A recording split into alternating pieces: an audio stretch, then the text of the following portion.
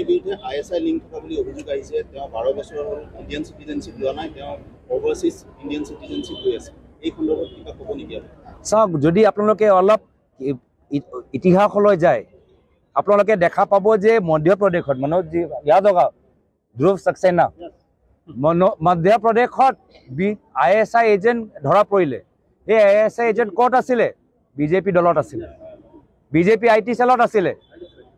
তো এতিয়ালৈকে ISI কংগ্ৰেছৰ ভিতৰত সোমাব পৰা নাই, কিন্তু ISI বিজেপিৰ ভিতৰত সোমাই গৈছে। তাৰ ওপৰত কিবা SIT হ'ল? কুছ কেছ হোৱা उसमें? कुछ हुआ? District IT seller he district मोट अभियोग है, तक तो धरिले मोट अभियोग है, कोनो ভিত্তিহীন अभियोग, तक तो एंटी टेररिज्म स्क्वाड तक धरिसे, अरेस्ट हल, और तार पिছত एकु নাই। এতিয়া ISI কোনে স্বাগতম জনাইছিলে? আজিৰ পৰা 10 বছৰ আগৰ কথাবোৰ পাতি আছে তো মুখ্যমন্ত্ৰীয়ে। 10 বছৰ 12 বছৰ 13 বছৰ খাজি খুব ফেচবুক চাইছে। 2016 চনত ISI পঠানকোট লৈ কোনে মাতিছিলে? বিজেপি চৰকাৰে। পঠানকোট লৈ ISI সোমাবলৈ অনুমতি কোনে দিলে? 2016 চনত দেই। মোৰ যে পাকিস্তানে দেখাই আছে 15 চনত এই ফটোবোৰ দেখাই আছে। 16 চনত ISI সোমাবলৈ অনুমতি কোনে দিলে? মোদী চৰকাৰে।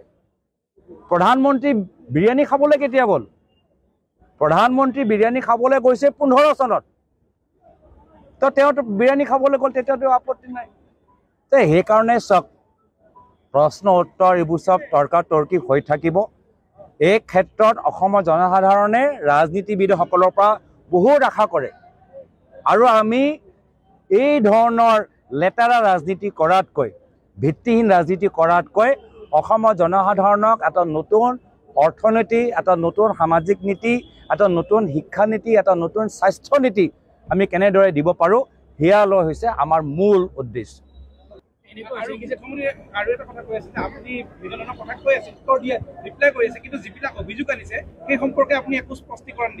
মানে মুখ্যমন্ত্ৰীক মাত্ৰ প্ৰশ্নই সুধি আছে, কিন্তু আমি ইমান বছৰৰ পৰা যে তেওঁক যে প্ৰশ্ন সুধি আছোঁ, এটাও প্ৰশ্ন উত্তৰ দিয়া নাই। এটা মনোজ চৌহানজী তেওঁক গুৰুত্বপূৰ্ণ প্ৰশ্ন উত্থাপন কৰিলে ডুবাই আৰু ছিংগাপুৰলৈ, সেই প্ৰশ্নটো উত্তৰ দিয়া নাই। আমি যে স্মাৰ্ট মিটাৰৰ ওপৰত প্ৰশ্ন সোধোঁ, এইটো প্ৰশ্ন উত্তৰ তেওঁ নিদিয়ে।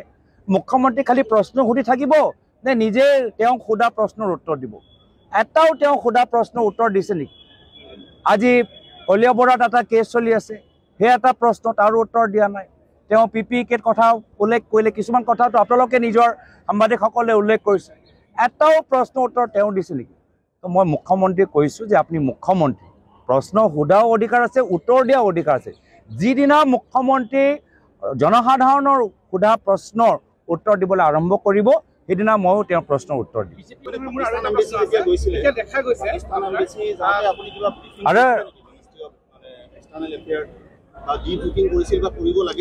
চাওক, মুখ্যমন্ত্ৰী কথাই নাজানে, সাংসদসকলৰ কি নিয়ম নাজানে। এতিয়া আমিতো ভাল এটা বিদেশ নীতি এটা ফৰাম অৰ্গেনাইজ কৰিছোঁ, তাত কিমান মানুহবোৰ আলোচনা কৰিছে, কিছুমান প্ৰমিনেণ্ট মানুহৰ মই দেখাইছোঁ, কিছুমান প্ৰমিনেণ্ট মানুহ দেখাইছোঁ। কাইলৈ আৰু এটা মই কথা কম, য'ত বিজেপি দলৰ ডাঙৰ ডাঙৰ নেতাসকলে মোৰ ফৰমত আহি কেনেদৰে ভাগ লৈছে, সেইও প্ৰমাণ মই দিম। আৰু গোটেইখিনি কাম, এই যে কামবোৰ হৈ আছে যোৱা 10 বছৰৰ পৰা চলি আছে, 10 বছৰ ভিতৰত কাৰ চৰকাৰ আছে? কাৰ চৰকাৰ? নিয়মবোৰ নাজানে, আধা জ্ঞান লৈ কথাখিনি পাতি আছে, পাতি থাকক, মোৰ আপত্তি নাই।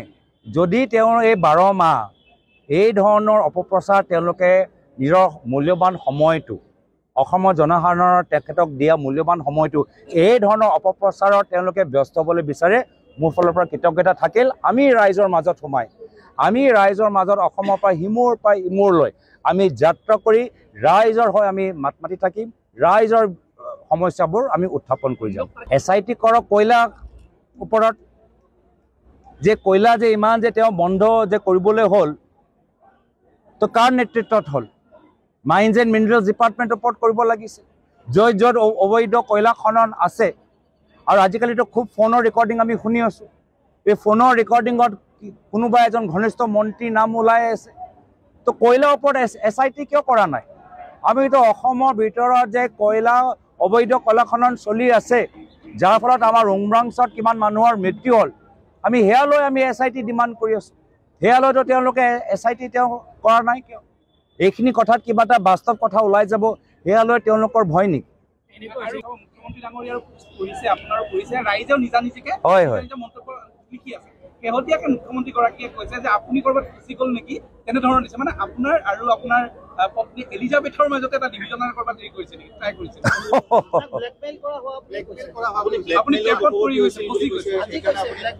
চাওক, মইতো ক'লো মই টাইগাৰ জিন্দা হে চিনেমা চাইছোঁ হা, তেওঁ কি ধৰণৰ চিনেমা চাইছে মই নাজানো। মই সেই চিনেমা চাইছোঁ, সেইকাৰণে মই ধেমালিত ক'লোঁ যে তাই যদি সঁচাকৈ তেতিয়া মই তেওঁক টাইপত দিছোঁ, তাইৰ লগত বিয়া কৰি মই তাইক টাইপত ফচাই দিছোঁ। মইতো সেই টাইগাৰ জিন্দা সেই চিনেমা চাই মই কৈছোঁ। সেই হিচাপে তেওঁক মই অলপ প্ৰশংসাও কৰিলোঁ। তেওঁ অলপ মোক বেয়া পাইছে যে কিয় মই ৰাজনীতিৰ পৰা আঁতৰত থাকোঁ, তোমাৰ এইবোৰ চাবৰ কাৰণে মই সোমাই গৈছোঁ। মই তেওঁক ভাল পোৱাৰ কাৰণে মই কৈছোঁ যে চোৱা, তোমাৰ টাইগাৰ জিন্দাহে সেই নামটো লৈ মই তোমাক কটৰিনা কেফ মই সাজি দিছোঁ। আৰু তাই মোক কৈছে আচ্ছা মই কটৰিনা কেফ মানে তুমি সলমান খান নেকি? হা, তো সেইকাৰণে মইতো টাইগাৰ জিন্দাহে চাইছোঁ। তেওঁ কি চিনেমা চাই ক'ৰ পৰা এইবোৰ চব ওলাইছে তেওঁহে জানে।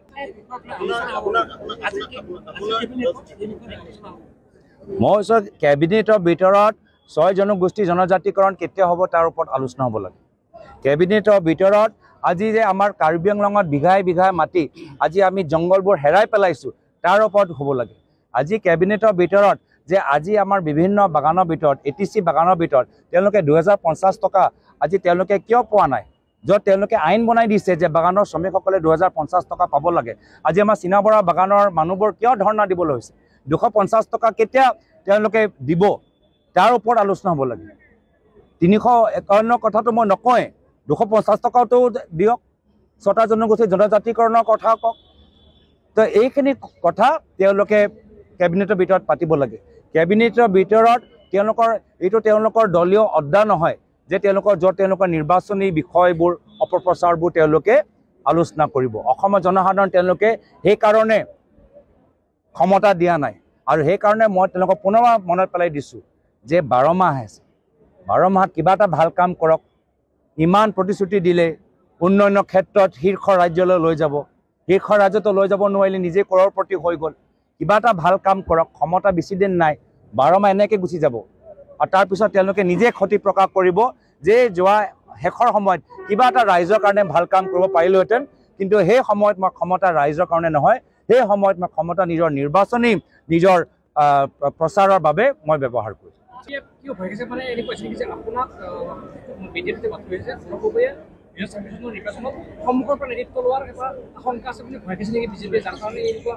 মই নাজানো, তেওঁলোকক সোধক।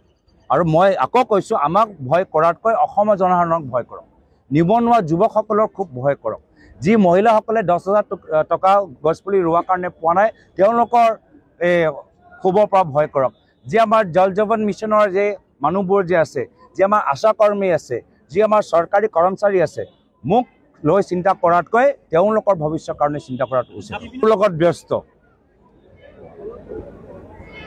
মোৰ লৈ তেওঁলোকে চিন্তিত।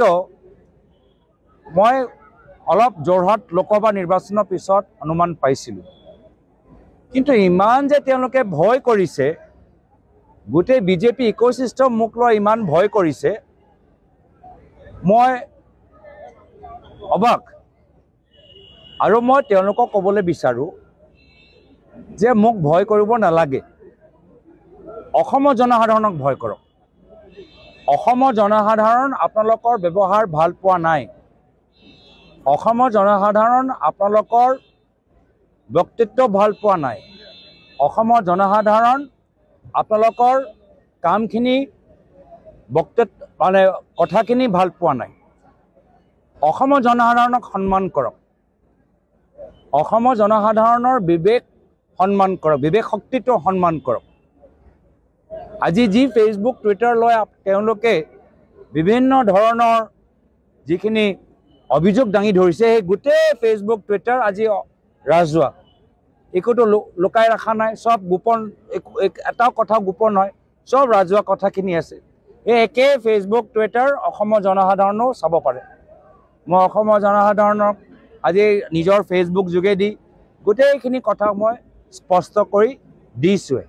তো তো এই ক্ষেত্ৰত যি ধৰণৰ তেওঁলোকৰ যি অপপ্ৰচাৰ চলাই আছে সেইটো তেওঁলোকৰ বৰ্তমান বিজেপি চৰকাৰৰ দুৰ্বলতা প্ৰমাণ কৰে তেওঁলোকৰ মনৰ ভিতৰত অস্থিৰতাটো প্ৰমাণ কৰে হ'ব পাৰে ক'ৰবাত তেওঁলোকৰ ভিতৰত যে সাংগঠনিক সাল সলনি হৈ আছে সেয়া লৈ মুখ্যমন্ত্ৰী চিন্তিত তেওঁলোকৰ বিজেপি দলৰ ভিতৰত যিমান তেওঁলোকৰ আগতে দখল আছিল আজি তাৰিখত সেই দখলটো সমান সহকাৰে নাই বিশেষকৈ ঝাৰখণ্ডৰ নিৰ্বাচনৰ পিছত সেইকাৰণে দেখিলে আপোনালোকে যে ঝাৰখণ্ডৰ পিছত দিল্লীটো তেওঁলোকক বেছি ব্যৱহাৰ কৰা নাছিল আৰু অস্থিৰ হোৱা কাৰণ আৰু এটা আছে যে যেতিয়াৰ পৰা তেওঁ বিচৰা নাছিলে কিন্তু যেতিয়াৰ পৰা অবৈধ কলা খনন অলপ তেওঁলোকে স্থগিত কৰিবলৈ হ'ল বহুত কোটি কোটি টকা তেওঁৰ দলৰ ক্ষতি হৈছে লোকচান হৈছে হাজাৰ হাজাৰ কোটি টকা আৰু যিমান অংকৰ আছে মই সেইটোও জানে এই তথ্যবোৰো মোৰ আছে যে মুখ্যমন্ত্ৰী আজি তেওঁৰ ওপৰত কিমান আঘাত পৰিছে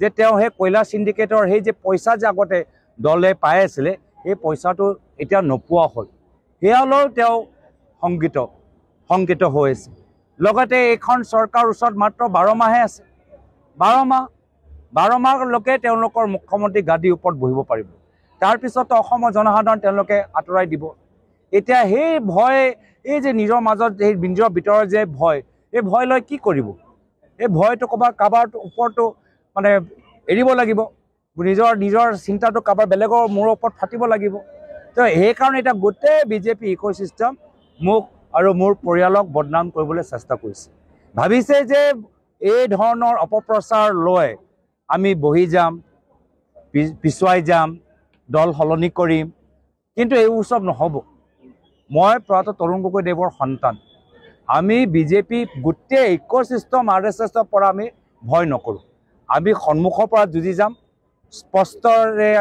স্পষ্টবাদী হৈ আমি যুঁজি যাম আৰু আমি অসমৰ জনসাধাৰণ হৈ আমি মাত মাতি যাম আমাৰ মাটি কেলেংকাৰী কথাই হওক খোৱা পানী কথাই কওক আমাৰ নিবনুৱা সমস্যাৰ কথাই কওক আমাৰ 6 জনগোষ্ঠী জনজাতিকৰণৰ কথাই হওক আমি অসমৰ জনসাধাৰণৰ হৈ আমি মাত মাতি যামগৈ আৰু অসমৰ জনসাধাৰণক মই ধন্যবাদ কৃতজ্ঞতা জ্ঞাপন কৰিছোঁ এই সময়ত আমাক যথেষ্ট সমৰ্থন আশীৰ্বাদ প্ৰদান কৰিছে অসমৰ জনসাধাৰণৰ বিবেক শক্তিৰ ওপৰত মোৰ বিশ্বাস আছে যিদৰে ঝাৰখণ্ডত গৈ মুখ্যমন্ত্ৰী আপ্ৰাণ চেষ্টা কৰিলেও ঝাৰখণ্ডৰ ৰাইজে তেওঁ অপপ্ৰচাৰৰ ওপৰত বিশ্বাস নকৰিলে একে অৱস্থা অসমৰ ভিতৰত হ'বলৈ গৈছে তেওঁ আপ্ৰাণ চেষ্টা কৰিলেও অসমৰ জনসাধাৰণ তেওঁ কথাখিনি গ্ৰহণ কৰা নাই আৰু তেওঁলোকৰ আশীৰ্বাদ আজি আমাৰ লগত